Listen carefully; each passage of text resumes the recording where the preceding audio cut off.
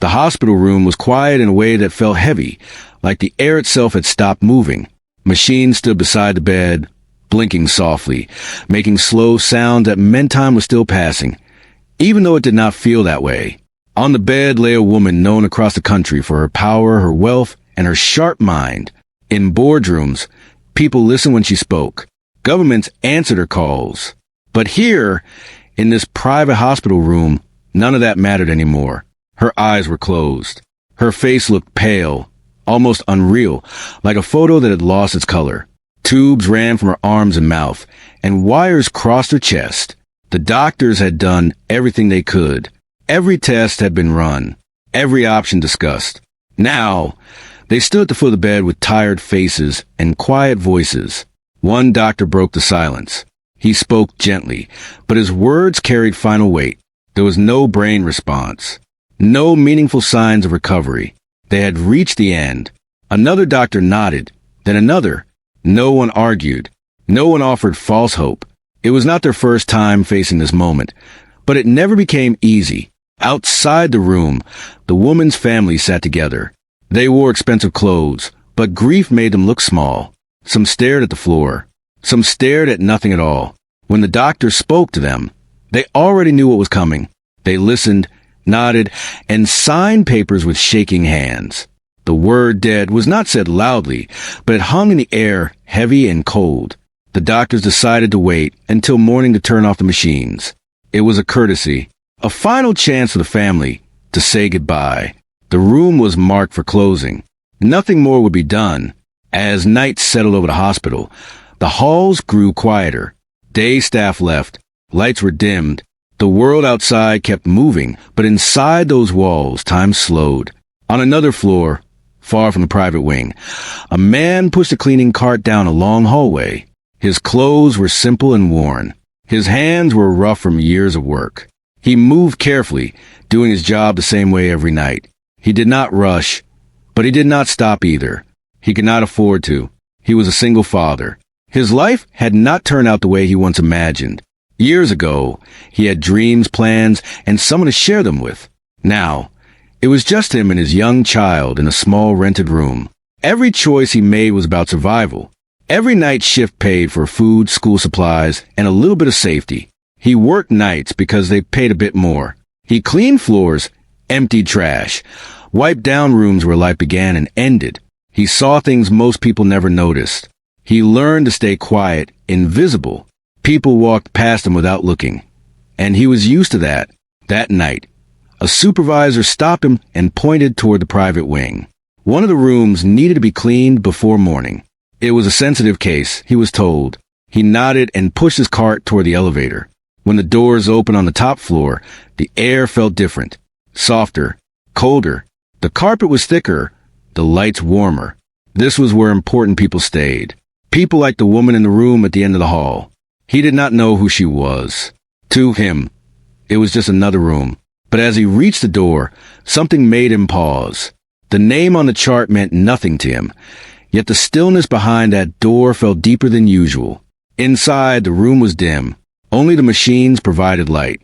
The woman lay perfectly still. He had cleaned rooms like this before, but never one so silent. He moved slowly, careful not to disturb anything. He emptied the trash, wiped surfaces, and checked the floor. As he worked, he glanced at her face. It reminded him of someone sleeping after a long, hard day. For a moment, he forgot what the doctors had decided. He forgot what the machines meant. All he saw was a human being lying alone. He finished his tasks, but instead of leaving right away, he stood there. His body felt heavy. The night had been long. His back ached.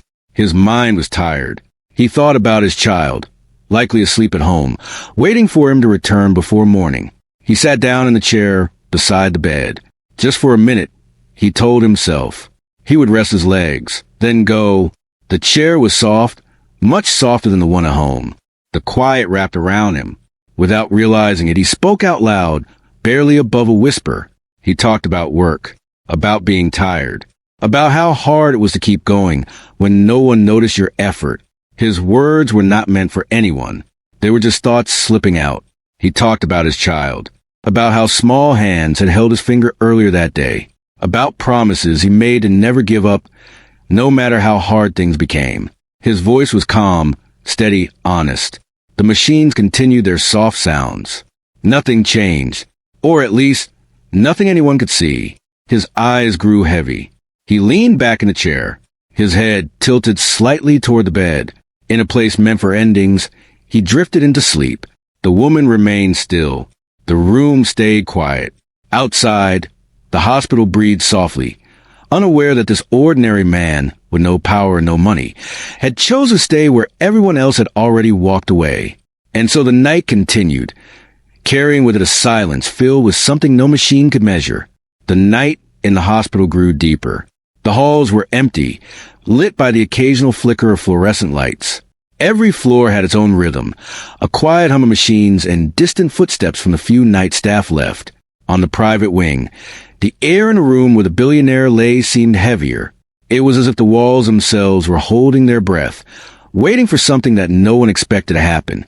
By now, the doctors had officially declared her clinically dead. They had written reports, consulted with specialists, and agreed that all measures had failed. They had checked her pupils, monitored her heartbeat, and scanned her brain. Every result pointed to the same conclusion. They had exhausted every medical option they knew. Their faces were tired, drawn with the kind of exhaustion that comes from facing death too often. The kind of exhaustion that teaches a person that sometimes there is no miracle. Outside her room, the family had been informed. Their expressions were pale, filled with a mixture of disbelief and sorrow. They spoke softly to one another, whispering words of love and farewell. They held hands, held tears back, and tried to understand a loss that seemed impossible to accept. In some moments, their eyes seemed to look right through the walls, into a world where the person they loved could no longer respond. At this moment, the hospital prepared for what they believed would be the inevitable. Plans were made to switch off life support by morning. Nurses and assistants moved quietly, understanding the weight of the decision, but following protocol. They had seen families make these choices countless times, yet each time it felt impossibly heavy. It was a mixture of relief and sorrow, of compassion and helplessness. Meanwhile, in the quieter part of the hospital, the single father continued his rounds. His cleaning cart squeaked lightly across the polished floors. The night shift had slowed down and most rooms were empty. Some rooms smelled faintly of medicine and disinfectant. Others carried the quiet scent of life and recovery. He walked with a rhythm he had developed over years, steady, unhurried, aware of every sound, every movement. When the supervisor had pointed him toward the private wing, he had thought it would be just another routine cleaning. He had no idea what the night would bring. He had not been warned about the woman lying in the bed, not told that she was considered beyond hope. For him, it was just another task to complete before the end of his shift. Yet as he reached the door, something about the room made him pause. The name on the chart was unfamiliar, but that did not matter. He had cleaned countless rooms for people he would never meet. He had wiped counters for strangers, emptied trash for people who would never thank him. But this room felt different. The quiet was deeper, almost sacred. The machine's soft beeps were like the faint pulse of life itself, fragile and uncertain. He pushed the door open slowly. Inside, the air was warmer than the hallway, carrying the faint scent of antiseptic and perfume. The room was large and elegant, yet it felt empty. The bed was positioned in the center, surrounded by machines and monitors. He paused for a moment at the doorway, unsure if he should even step in. Then he remembered his instructions. Clean the room, prepare for the family, finish his shift. He moved carefully, pushing his car along the side, wiping surfaces, checking floors. His hands were steady, precise. He had done this thousands of times before, yet something about tonight made him slow down. He noticed small details, the way the sheets were tucked, the slight rise and fall of the chest as the machine simulated breath, the soft hum of life support equipment. As he worked, he could not help but glance at her. She looked almost peaceful, as if she were sleeping, though he knew she was far from it. The stillness in her face was haunting, a mixture of vulnerability and power. He thought about how different life could be, how strange it was that someone so powerful in the world could be so powerless here. He finished the initial cleaning, but did not move to leave. Something held him there. Perhaps it was curiosity, or perhaps it was something deeper, a quiet sense that he should not leave just yet. The chair by the bed was soft and inviting. He sank into it, resting his back. His legs were sore, his body heavy from the long hours. His mind began to wander, thinking of his child at home, probably sleeping in a small bed, waiting for him to return before morning. Without realizing it, he began to speak softly, almost to himself. He talked about the exhaustion of life, the challenges he faced as a single parent, the quiet loneliness of nights spent working while the world slept. His voice was low, gentle, almost hypnotic. He spoke about small victories and small failures, about moments when hope seemed impossible, but he had to keep going anyway. The machines continued their rhythmic beeping. The room stayed quiet, but the atmosphere changed subtly. His words, though unplanned and unintentional, brought warmth to the space. There was no conscious effort to heal, no expectation of a miracle. He was simply human, simply present. As hours passed, the single father drifted closer to sleep. His head rested against the back of the chair, his voice slowing, fading into quiet murmurs. Outside the room, the hospital maintained its usual night rhythm. Nurses made rounds, security patrolled empty halls, and distant conversations floated faintly through closed doors. No one noticed him. No one saw the moment as significant. The room itself seemed to hold its breath. In some inexplicable way, the presence of another human being, quiet and unassuming, filled the emptiness. The billionaire remained still, connected to machines that mark her as clinically dead. Yet the soft sound of someone nearby, the warmth of a body not afraid to be present, changed the room in ways science could not measure. The single father's mind drifted between sleep and awareness. Dreams mixed with thoughts of his child, his work, and the quiet presence beside him. He did not know it, but his stay was longer than usual. He had intended to rest briefly, then leave, but the night had other plans. Hours slipped by, unnoticed, as he remained beside the bed. In the early hours of the morning, light began to filter through the blinds. The soft, pale glow touched the room, mixing with the artificial light of machines. The air was still, heavy with anticipation, though no one knew it yet. The single father stirred, shifting slightly in the chair. He muttered words in his sleep about perseverance, about love, about not giving up. His child's small face appeared in his mind, and he whispered promises he had made to keep fighting, no matter how hard life became. The machines continued their work, but something subtle had begun to change. A small flicker of life, imperceptible to most, passed through the monitors. It was a tiny rise and fall, a shallow movement that seemed almost like coincidence. He was still asleep, unaware that the space he occupied was no longer just a room for the dying. Something in the room had shifted. The night stretched on, and the single father remained, unaware of the significance of his presence. To him, it was just another night, another room to clean, another duty to fulfill. But the quiet, simple act of staying, of being present, had altered the energy in the room. Machines, monitors, and medical instruments could not account for the warmth of human compassion, the power of quiet vigilance, the miracle of someone refusing to leave even when all others had. When he finally stirred fully awake, the room was still quiet. The faint sound of life support continued, unremarkable to the untrained ear. Yet the small signals that had begun subtly during the night hinted that something extraordinary was starting to unfold. The billionaire remained in her bed, motionless to naked eye, but the room had changed. It was no longer just a room of death. It carried a sense of possibility, fragile yet undeniable. The single father blinked, stretched, and yawned. He thought about leaving, about finishing his shift and returning home to his child. He had no idea that the hours he had spent sitting beside the bed, talking softly in his sleep, had become a thread connecting two lives in a way that no one could explain. To him, it had been ordinary. To the universe, it had been the first step towards something that would be called a miracle. And so, the night drew to a close. The halls remained mostly empty. The machines continued their quiet work, and the single father finally rose from the chair. He had planned to leave quietly, unnoticed, just as he had come. But something in the room seemed to hold him for a moment longer. The presence he had shared with the stillness around him had created a tension in the air, a pause that felt like it was waiting for something to happen.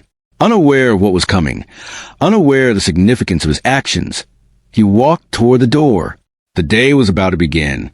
The family would arrive. The doctors would be ready to switch off the machines. And yet, a small, quiet thread of life had begun to stir in the room. The single father stepped into the hallway, pushing his cart lightly. He did not know that he had changed the night, changed the room, changed what everyone thought was impossible. All he knew was that he had done his job, that he had rested for a while, and that he needed to return home before his child woke up. Behind him, in the room, a quiet miracle had begun. The stage was set for something that no one in the hospital could have predicted. And it all started with a man who had no power, no money, and no reason to stay, except that he was human, tired, and unwilling to leave someone alone in their darkest hour. The room was still when the first faint signs appeared. No one noticed at first. The machines had been humming steadily all night, carrying the rhythm of life that seemed mechanical and distant. The single father had returned home hours earlier, thinking his work had been finished. He had gone back to his child, to breakfast, to the usual routines of life. Yet in that quiet, private hospital room, something extraordinary was beginning.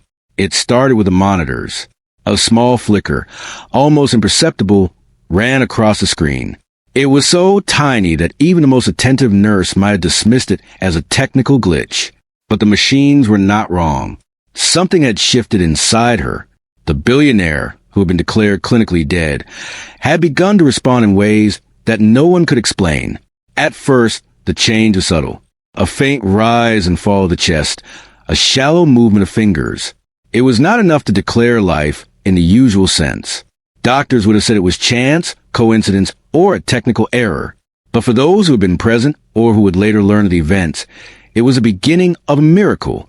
That night, unknown to anyone, the presence of another human being, someone who had simply sat, breathed, and rested nearby, had left a mark. Machines, no matter how advanced, could not measure the warmth of compassion, the quiet strength of being there when all others had given up. And now, the effect was emerging, almost imperceptibly, in the body that had been written off. Early morning staff began their rounds.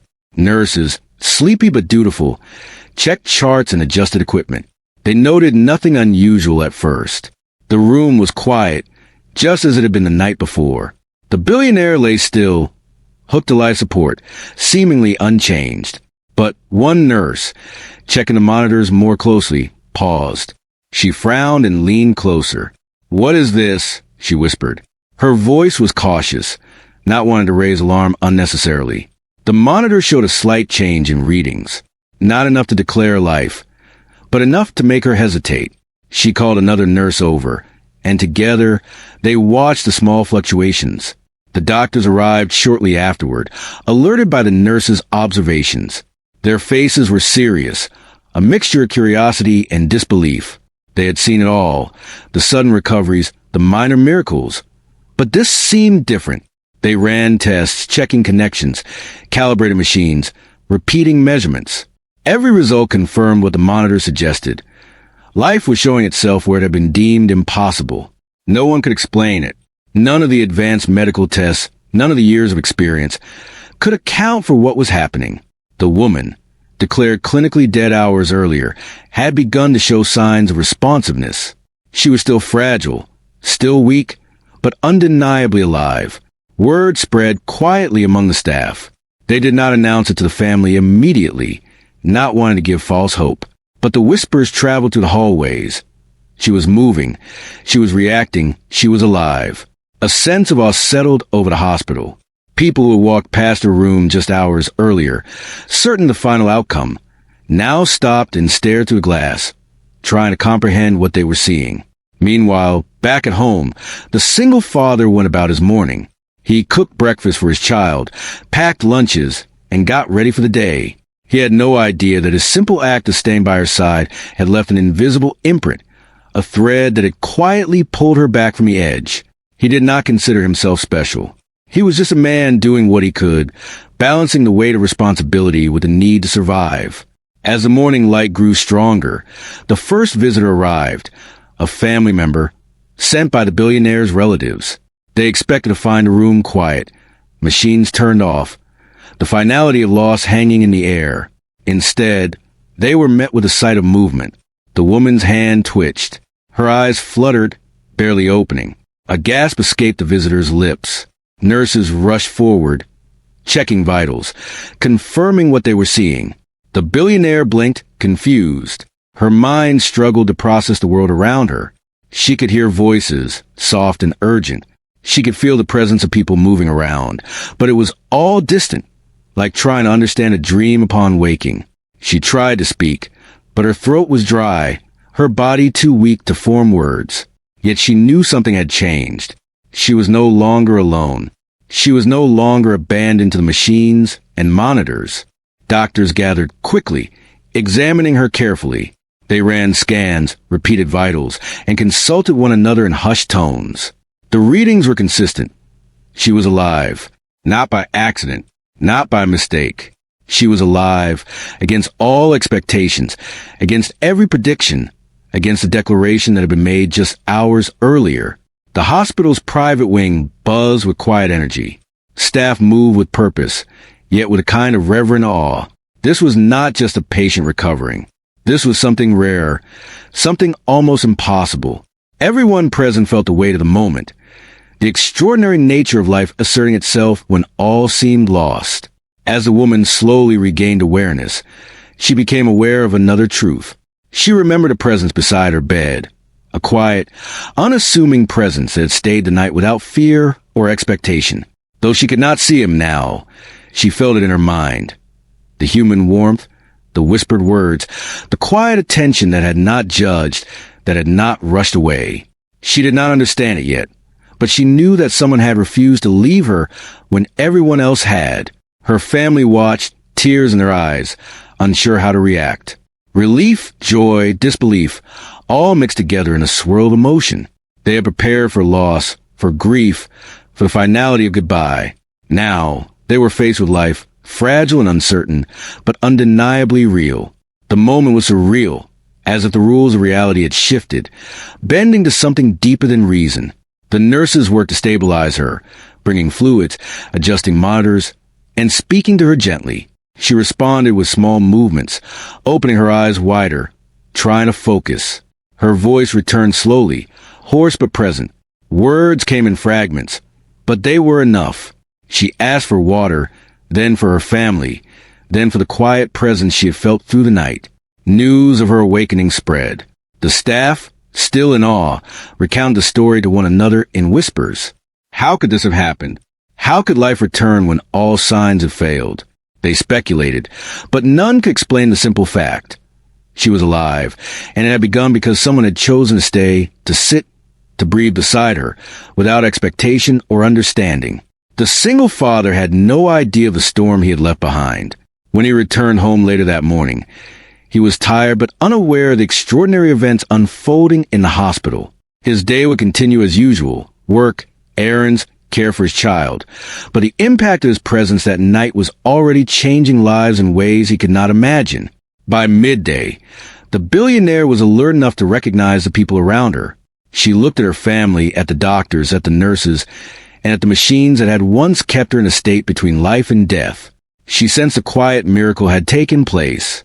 Something beyond medicine, beyond money, beyond power had intervened. And as she spoke, she asked a question that no one expected. "Where's the man who stayed?" Her voice was weak, trembling but firm. She needed to find him, not for accolades or gratitude, not for recognition or reward. She needed to find him because somehow he had been part of her survival. Somehow, in a night of despair and finality, his presence had reminded her what it meant to fight, to breathe, to live. The staff scrambled to locate him. Security checked the night records. Nurses spoke in hushed tones, recounting his time in the room. Everyone marveled at the strange, invisible thread that connected a simple act of humanity to a miraculous turn of events. No one could explain why it had worked, only that it had. The billionaire's eyes reflected more than relief. They reflected wonder. She had been surrounded by experts, by technology, by everything money could buy. Yet it was a simple human presence that had pulled her back from the edge. Someone with no status, no title, no power, had made the difference when everyone else had given up. As the afternoon stretched on, the woman gained strength slowly but steadily. She began to speak more clearly, to move her hands, to recognize her surroundings. Each small victory was a step back into life. The medical team continued to monitor her closely, adjusting treatment as needed. But they did so with a new sense of respect, a deep understanding that sometimes medicine alone is not enough. Later, when the single father returned to hospital for an unrelated reason, he was stopped in the hallway. The nurse who had been on duty that morning waved him over. She explained carefully, her voice filled with quiet excitement and awe, what had happened. He listened, stunned, unable at first to grasp the significance of his ordinary presence. You saved her," the nurse said softly. "You stayed. You never left. No one expected that. But you were here." He shook his head. "I didn't do anything," he said. I was tired. I needed to rest. I didn't think." She smiled, gently shaking her head. Sometimes, the smallest acts are the ones that change everything. And in that moment, the single father understood, not fully, but enough to feel the weight of what had happened. His simple humanity, his quiet presence, his decision to stay when others left, had altered the course of life itself. By evening, the billionaire was strong enough to sit in a chair beside her bed, speaking to her family with clarity and purpose. And though she had survived, she never forgot the one person who had been there in her darkest hour. Someone who had no expectation, no reason, no obligation, just the courage to stay. The hospital, the staff, the family, all would remember this day as a moment when life defied expectation. And though no one could fully explain it, everyone understood the truth. Sometimes, presence is more powerful than power, compassion stronger than technology, and human kindness more effective than medicine. And it all began in the quiet of the night, when someone who had nothing to give but attention and care gave everything without knowing it. The room felt alive in a way it had not in weeks. The machines still hummed, but their rhythm no longer marked only survival. It marked a return. The billionaire, once motionless and declared clinically dead, was awake. Her eyes, wide and alert, tracked the movements around her room. She noticed the careful hands of the nurses adjusting equipment, the quiet conversations of the doctors trying to understand what had happened. Her mind struggled to comprehend the events, the miracle of waking from a place she had believed she would never leave. The family hovered close, unsure how to react. Their expressions mixed relief with disbelief. They had come prepared for loss, for the sorrow that comes when a life ends suddenly. They had rehearsed grief in their minds, said words they had not spoken yet, braced themselves for the finality of goodbye. But now none of it was needed. Life had returned. She had returned. And the wonder of it left them breathless. Doctors and nurses gathered near the bedside, quietly discussing the unusual situation. They spoke in soft tones, careful not to startle her, careful not to seem too surprised. Years of experience had taught them that miracles, when they happen, are fragile and easily disturbed.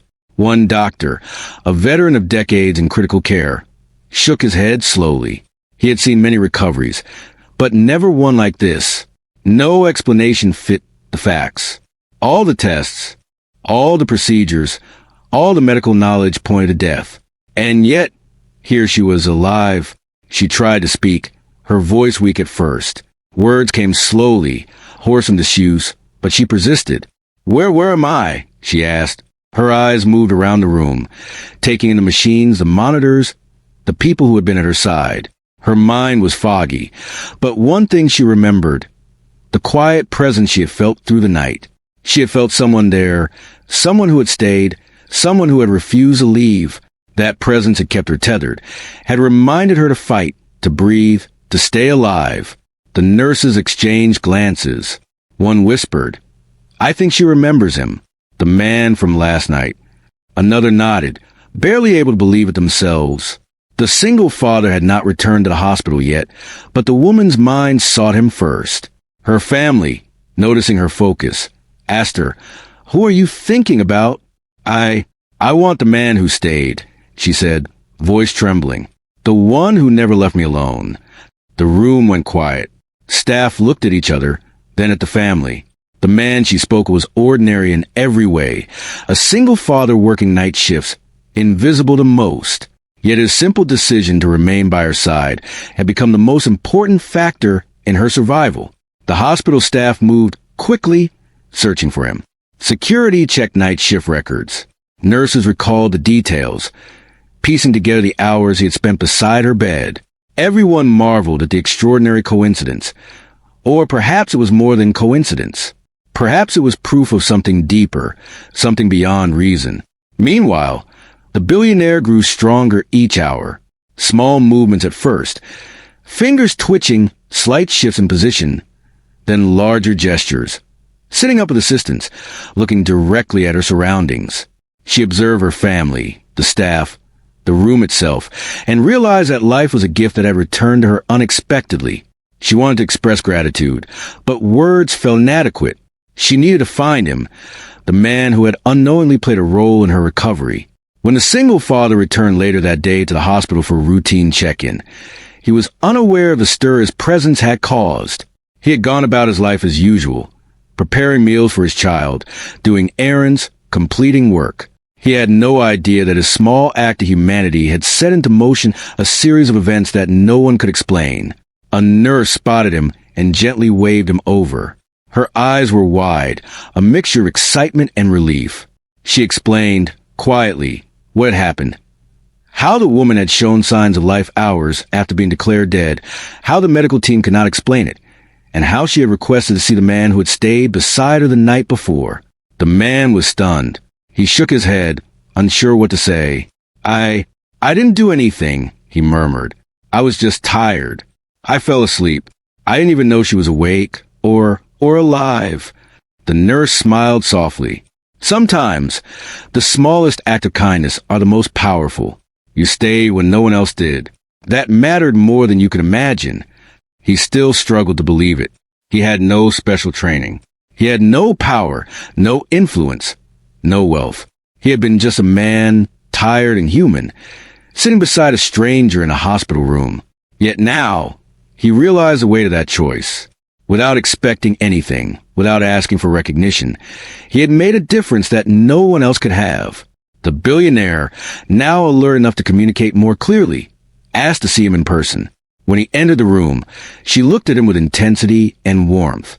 She did not need to ask his name. She had felt his presence and heard his whispers through the night. She did not need titles or explanations. She only needed him to know that his choice had mattered. I don't know how to thank you, she said, voice steady now, filled with emotion. You stayed. You didn't leave. You were here when everyone else had given up. You saved me. The man shook his head again. I didn't do anything. I was tired. I fell asleep. I didn't expect anything to happen. Her eyes softened. You don't understand. It wasn't about expecting something. It was about being there. Just being there. That's what mattered. That's what brought me back. The staff in the room watched quietly. They had witnessed a miracle, but now they saw the human connection that had made it possible. Machines, monitors, and medical expertise could not explain it. Only the presence of one ordinary human being beside another in her darkest hour could account for what had happened. The billionaire began to speak with her family about what had occurred, recounting the night in fragments. She could not remember every detail, but she remembered the sense of someone being there, the quiet warmth, the unspoken encouragement, the subtle reminder that life was worth holding on to. Her family listened, overwhelmed by gratitude, astonishment, and awe. Doctors continued their work, stabilizing her, adjusting treatments, and monitoring recovery. They were cautious, knowing that miracles could be fragile. Yet they also recognized that this was not a typical case. Life had returned in a way they could not explain, and it had done so through human connection rather than any medical intervention. Throughout the day, the billionaire remained aware of the single father. She asked questions about him, wanted to understand who he was, how he had ended up there, why he had stayed. The answers were simple. He was a man with no special reason, no grand plan. He had stayed because he could, because he was human, because he understood something about presence, about care, about not abandoning someone in need. The family insisted on meeting him again to express their thanks personally. They brought him into the room, and for the first time, he saw the woman fully awake, fully aware, fully alive. The magnitude of the moment struck him silent. He had only intended to rest. He had not intended to change the course of life. And yet, here he was in the center of something extraordinary. "I don't know how to repay you," the billionaire said. "There is nothing I can give that would ever match what you did. But I want you to know you made the difference. You gave me life when everyone else had given up." The man looked down, humbled. He had never sought recognition. He had never asked for reward. All he had done was be present. Yet now he understood that presence can be a powerful force, more than wealth, more than expertise, more than the best medicine in the world. It is a simple act of being there, fully, quietly, without expectation, that can change everything. Throughout the day, the hospital staff continued to marvel. The story spread quietly at first, then more widely. The billionaire declared dead had returned to life. And the reason, everyone agreed, was not only medical. It was human. Compassion. Presence. Simple care that no machine could replicate. They would remember this day for years. They would tell the story of how life, against all odds, returned because someone refused to leave when all others had walked away. By evening, the billionaire was sitting more comfortably, speaking more clearly, and beginning to plan her recovery. She looked at her family, at the doctors, and at the man who had stayed. She knew that she owed her life in ways she could not fully explain. And she also knew that some miracles cannot be predicted, cannot be scheduled, and cannot be measured by science alone. They exist in the quiet moments, in the small choices, in the human heart. The single father finally understood something about himself as well. He had not expected gratitude, but he felt a quiet sense of purpose. He had been present when it mattered most. He had done something ordinary, yet had extraordinary consequences. He returned home that evening not only as a parent, a worker, a man trying to survive, but as someone who had made a difference in a life beyond his imagining. And as night fell over the city, over the hospital, over the ordinary streets and the small apartments where people struggle with life, the billionaire lay in her bed, alive, recovering and aware. She knew she had been given a second chance, not through power, not through wealth, not through machines. She had been given a second chance because someone had cared enough to stay when everyone else had walked away. The day ended quietly, but its impact would last forever. Life had returned in a room where death had been declared, and it had done so through the simplest, most human of acts, presence. And it was a lesson for everyone who witnessed it, everyone who heard it, and eventually everyone who would hear the story. Sometimes, being there is more powerful than anything else in the world. The days that followed were filled with a strange mix of recovery, wonder, and quiet reflection. The billionaire, once declared clinically dead, was now awake, speaking, moving, and beginning to regain her strength. Her family stayed close, grateful for every breath, every blink, every small sign of life. But the woman herself could not forget the night that had changed everything. She could not forget the presence of someone ordinary, someone unnoticed by the world, who had sat beside her quietly when all others had left. She thought about him often. She remembered the gentle breathing, the soft voice that had spoken even in sleep, the calm presence that had held the room together. She had been weak, lost in darkness, yet somehow tethered by that presence, reminded that life was worth fighting for. She realized that no wealth, no power, no team of experts could ever replace that quiet human connection. It was a lesson she could not unlearn. Presence, compassion, and simple care could be stronger than anything else in the world. The hospital staff continued to monitor her carefully, amazed at the unusual circumstances of her survival. Every day she grew stronger. Her movements became more confident, her words clearer, her awareness sharper. She began to ask questions, not only about her own condition, but about the man who had stayed beside her. She wanted to meet him again, to understand the life of the person who had unknowingly saved her. Her family arranged for him to return.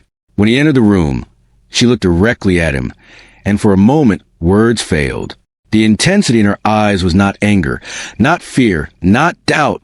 It was gratitude, pure, undeniable gratitude. She reached out, her hand trembling, and he instinctively took it. Neither spoke for a few long seconds, the room filled only with the soft hum of machines, the faint rustle of sheets, and the quiet rhythm of life continuing. "I don't know how to explain this," she said finally, her voice steady despite the lingering weakness. "I don't know why or how it happened, but I know one thing. I am here because you stayed. You were here when everyone else left. You didn't know what would happen. You didn't ask for anything. And that made all the difference." The man shook his head, still in disbelief. "I didn't do anything special. I was just tired. I rested. I didn't think it would matter. I didn't think it would change anything." She smiled softly, with a depth of understanding that made him pause. "That's exactly why it mattered," she said. "It wasn't a heroic act in the way people think of heroism. You didn't do it for recognition or reward. You didn't do it because you thought it would save me. You did it simply because you were human, because you stayed. And that is stronger than anything I've ever known." The hospital staff looked on quietly, some dabbing at eyes that were wet with emotion. They had witnessed medical miracles before, but this was something different. This was not a machine, a drug, or a surgical procedure. This was human presence, human care, the reminder that one person, simply by being there, could influence life itself. Over the next few days, she began to regain more energy. She started walking short distances, talking more, engaging with her family and staff. She laughed softly when she could, a sound that felt fragile but real. And yet, her thoughts always returned to the single father. She wanted to know his story, his struggles, his life outside the hospital. She wanted to understand a human being who had been her anchor in the dark. When she asked about him, the staff explained that he was a single parent, working nights, struggling to support his child, living a life invisible to most. There were no accolades, no fame, no wealth, just an ordinary man doing ordinary things, yet capable of extraordinary impact. She felt a deep respect for him, a sense of connection that went beyond social status or personal history. Finally, she asked for a private meeting. When he arrived, she invited him to sit beside her.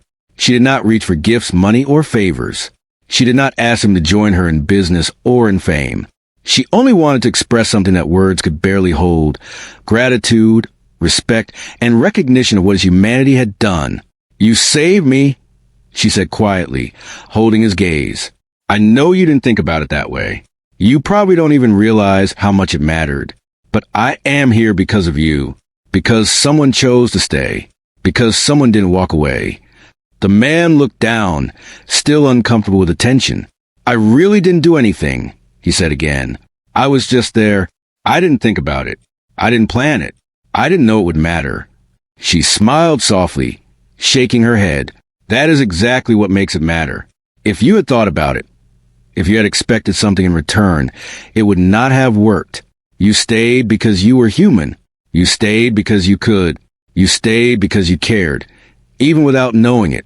And that is more powerful than anything else." Over time, she began to integrate him into her recovery in ways that were natural, not forced. She wanted him to be part of her story, to understand that ordinary people can make extraordinary differences. She listened to him talk about his child, his struggles, his nights in the hospital, and she began to see the life he had lived quietly, without recognition, without reward, but with resilience and care. Her family watched with astonishment. They had been used to living in worlds of wealth and power, where problems were solved with money or influence. And now they were seeing something they could not buy, could not command, could not create. A human being had changed a life simply by being there.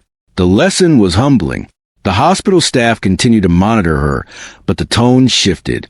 Doctors and nurses began to speak in awe of what had occurred. They spoke of the single father not as a visitor, not as a cleaner, not as a bystander, but as the key part of miraculous recovery. They spoke in quiet tones, knowing that some lessons in medicine are about more than science. They are about humanity. The billionaire, now stronger and more aware, began to speak publicly about her recovery. She told the story carefully, without exaggeration, emphasizing the human element. She wanted the world to understand that even in situations where all seems lost, presence, care, and compassion can make the difference. People listened. Some were skeptical. Some were inspired. All were moved by the simplicity of the truth. She also ensured that the single father received recognition, not in the form of fame or money, but in the form of respect. She invited him to meet influential people, share his story, and understand that his ordinary actions had extraordinary consequences. She wanted the world to see that heroism is not always grand. It is quiet, unnoticed, and human. Over time, the bond between them deepened, not in wealth or social status, but in respect, understanding, and shared recognition of what had occurred. He never sought to change his life. He continued caring for his child, working night shifts, living a humble life. Yet the billionaire made sure that he knew the profound impact of his simple choice. Life began to return to normal, but nothing was truly the same. The billionaire carried a newfound appreciation for human connection, for people around her, for the quiet moments that shaped destiny. The single father carried a newfound understanding that even ordinary acts can have extraordinary consequences. And the hospital, the staff, and the family carried a story that would never be forgotten. How life returned to a room where all hope had been lost, and how it had done so because one person refused to leave. The days turned into weeks. The billionaire regained strength, returning to her work gradually, but with new perspective. Meetings, decisions, and business challenges were now approached with an awareness of what truly mattered. Power and wealth had their place, but they were not what had saved her. Compassion had. Presence had. Humanity had. The single father returned home each night, tending to his child, preparing meals, helping with homework, and quietly living a life that now had new meaning. He never sought reward or recognition. The impact of his actions was enough. And though he returned to ordinary life, he carried the quiet knowledge that he had been part of something extraordinary. In the quiet moments, the billionaire thought of him often.